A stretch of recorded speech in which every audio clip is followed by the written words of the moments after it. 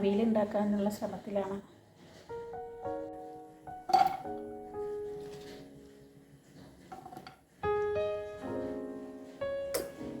ഇതിലേക്ക് ആവശ്യമായ മഞ്ഞൾപ്പൊടി, ഉപ്പ് എല്ലാം ചേർത്ത് ചെറുതീയിൽ വേവിക്കുകയാണ്. ക്യാരറ്റ് കിട്ടിയില്ല കേട്ടോ, അത് കഴിഞ്ഞിരുന്നു. വെള്ള കഷ്ണങ്ങൾ വെച്ചിട്ട് ഉണ്ടാക്കുകയാണ്.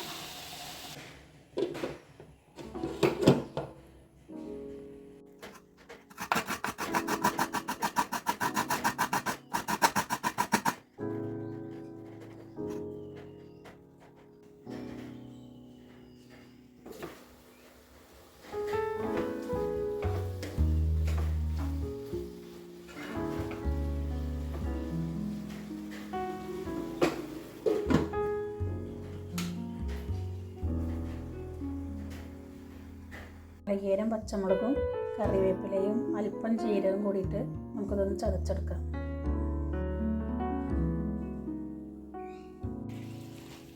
അപ്പോൾ നമ്മുടെ കഷ്ണങ്ങളെല്ലാം വെന്ത് വന്നിട്ടുണ്ട് കേട്ടോ. അപ്പോൾ നമ്മളൊക്കെ ഇതിലേക്ക് തൈര് ചേർക്കാം. ഞാൻ ഇവിടെ അധികം പുളിയില്ലാത്ത തൈരാണ് കേട്ടോ ചേർത്തുന്നത്.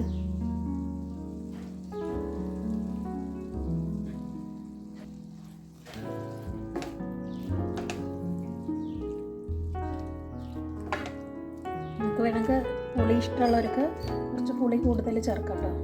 അപ്പോൾ തൈരൊക്കെ ഇതിൽ സെറ്റായി വന്നിട്ടുണ്ട്. അപ്പോൾ നമുക്ക് ചതച്ച് വെച്ച നാളികേരവും കറിവേപ്പിലയും പച്ചമുളകെല്ലാം കൂടി ഇതിൽ ചേർക്കാം.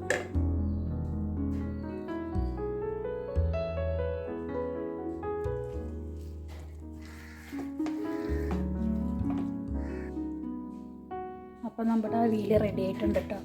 അപ്പോൾ അതിലേക്ക് നമുക്ക് കുറച്ച് പച്ച വെളിച്ചെണ്ണയും കറിവേപ്പിലയും കൂടി ഇട്ട് ഓഫ് ചെയ്യാം.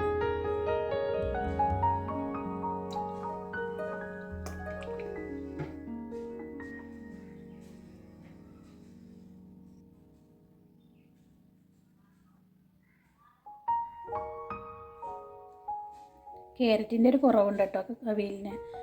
ക്യാരറ്റ് ഉണ്ടാകുമ്പോൾ നല്ല ഭംഗി കിട്ടും നമുക്ക്.